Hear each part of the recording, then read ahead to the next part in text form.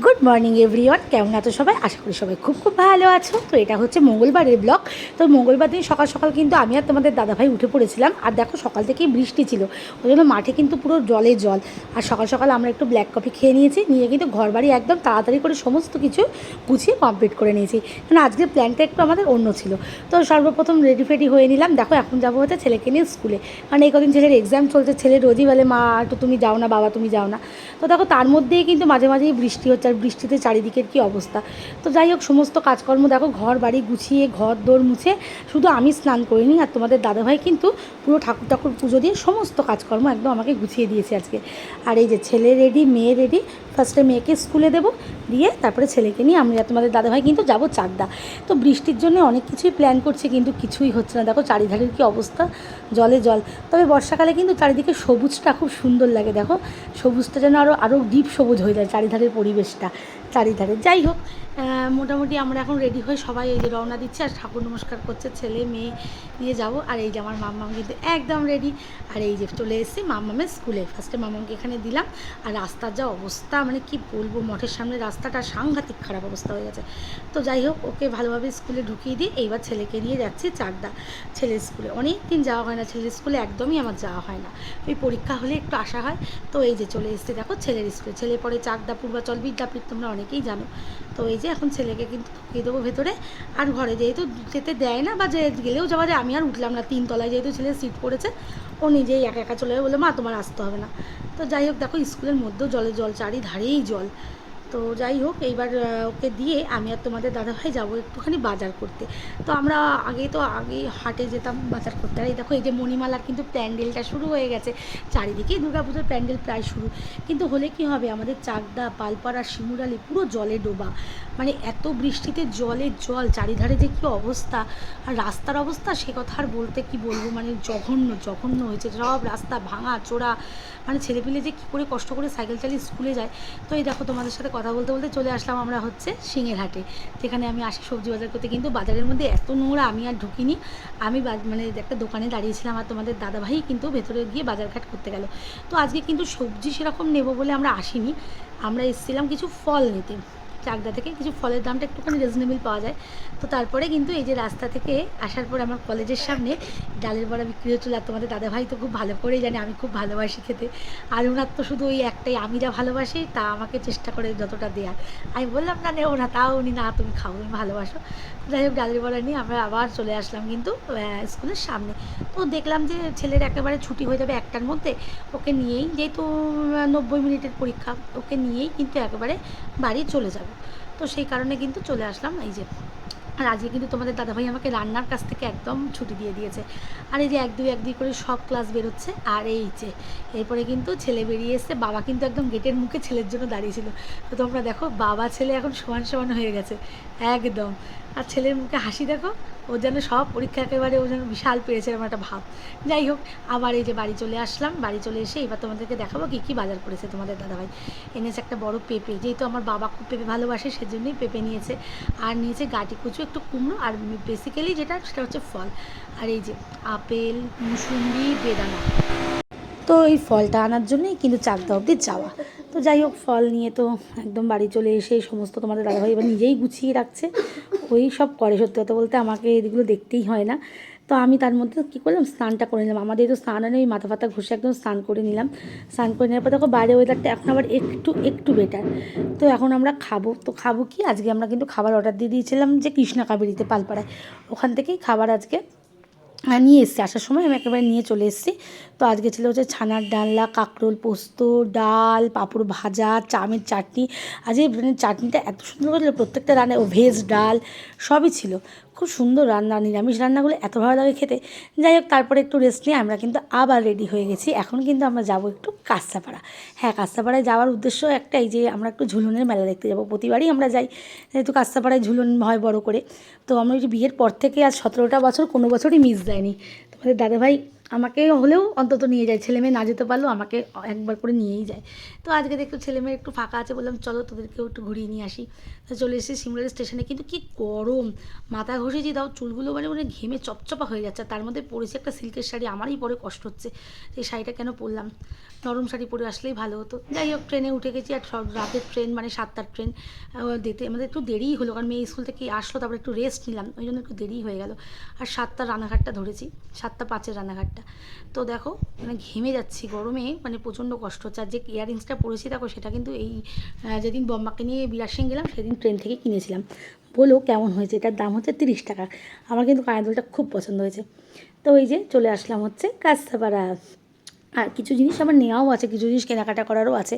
আর যেহেতু আজকে মঙ্গলবার তোমাদের দাদাভাইয়ের ছুটি থাকে, সেই কারণেই আরও আসা হয়ে যায়। তো কাঁচরাপাড়ায় এসে দেখি সেই একই অবস্থা, বৃষ্টিতে চারিদিকে জলে জল। আর এই যে মা সিদ্ধেশ্বরী মন্দিরে দাঁড়িয়ে প্রথমে একটু প্রণাম তো করেই নেব, নিয়ে তারপরে কিন্তু সামনের দিকে এগোবো। তো ফার্স্টেই যাব হচ্ছে বিমলে। আর এই যে এখন আবার গুড়ি গুড়ি বৃষ্টি শুরু হয়ে গেল। তো ওই জন্য তোমার দাদাভাই বলে চলো আগে বিমলে যাই, গিয়ে তোমার কাজটা তুমি মেটাও, তারপরে আর বাদ বাকি কাজ সারবো।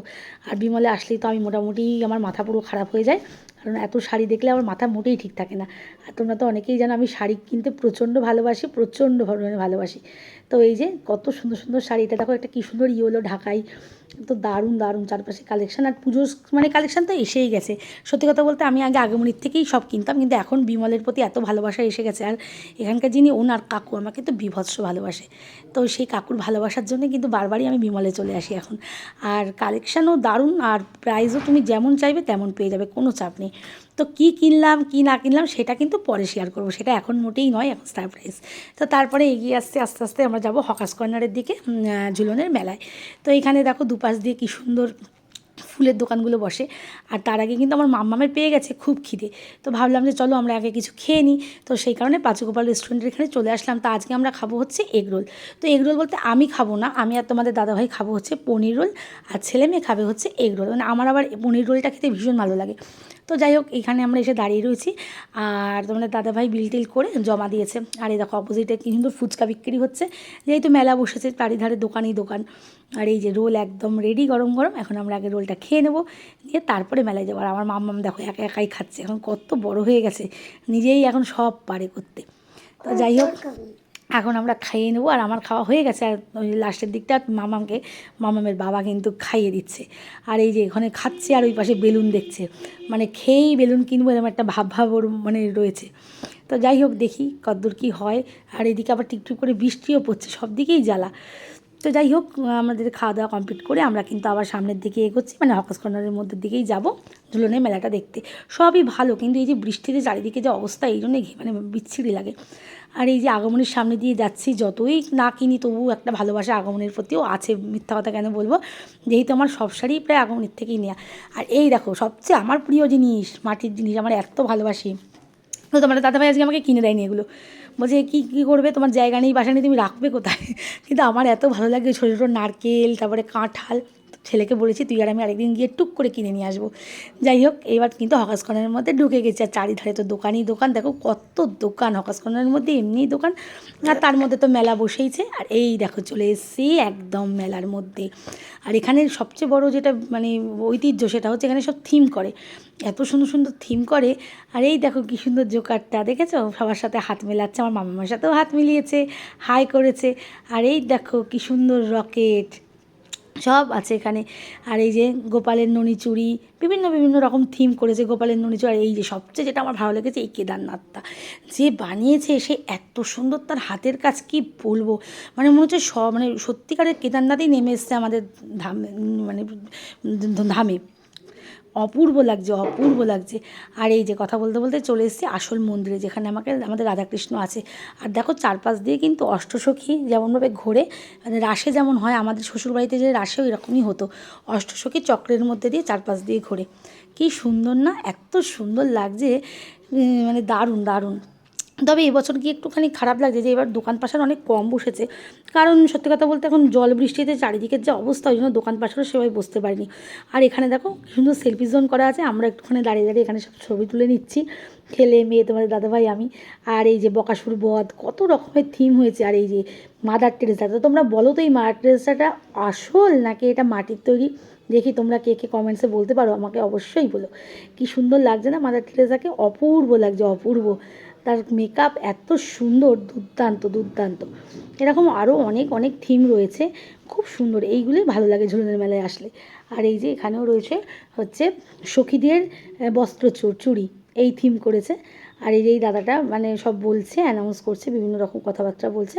তো মোটামুটি আমাদের মেলা মানে মন্দিরের চারপাশটা ঘোরা হয়ে গেল। এবার কিন্তু এই মেলার যা যা দোকান পাশার বসেছে এইগুলো একটু দেখবো, দেখে কিন্তু আবার আমরা রওনা দেবো। তো তখন প্রায় কিন্তু 9টা প্রায় বাজতে গেল, কারণ আমরা এসছি দেরিতে 7টায়। তো তারপরে তো এদিক ওদিক করতে করতে সময়টা অনেকটাই চলে যায়, কারণ আমরা আজকে আসাটাই আমাদের অনেক দেরি হয়ে গেছে। তো যাই হোক, সেভাবে যেহেতু দোকান পাশার সেরকম বসেনি, ওই টুকটাক টুকটাক একটু দাঁড়িয়ে দেখলাম, দেখে এবার কিন্তু সামনের দিকেও এগোবো। আর এখানে দেখো সেই বাচ্চাদের পুতুল খেলনা যেমন মেলায় হয় সেই রকম মাটির খেলনা, তারপরে অ্যালুমিনিয়ামের খেলনা, ছোটোবেলায় আমরা যেগুলো নিয়ে খেলতাম, এই যে সেই সব সব খেলনা বসেছে। তবে কাঁচরাপাড়া একটু এক্সপেন্সিভ বেশি, এখানে মানে আমাদের শিমগাড়িতে মেলা বসলে যা জিনিসের দাম হয় তার থেকে তো একটু বেশি হবেই, কারণ এখানে জায়গার দামটাই অনেকটা নিয়ে নেয়।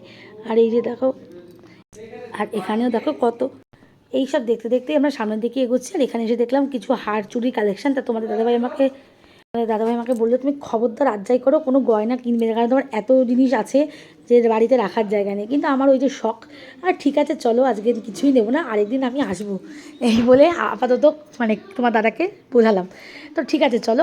এরপরে কিন্তু আমরা মেলার থেকে বাইরে কিন্তু বেরিয়ে এসেছি, এসে আসল যে যে দরকারে এসেছিলাম চন্দনাতে বাসনের দোকান যেখানে আমরা আসি, সেখানে কিন্তু চলে এসেছি। আর এখানে কিন্তু আমরা কিছু জিনিস নেব, কিছু দরকারি জিনিস, সেগুলো নিয়ে নিয়েছি, নিয়ে কিন্তু আমরা স্টেশনে চলে এসেছি। তো ভিডিওটা কেমন লাগলো অবশ্যই বলো। চলো টাটা।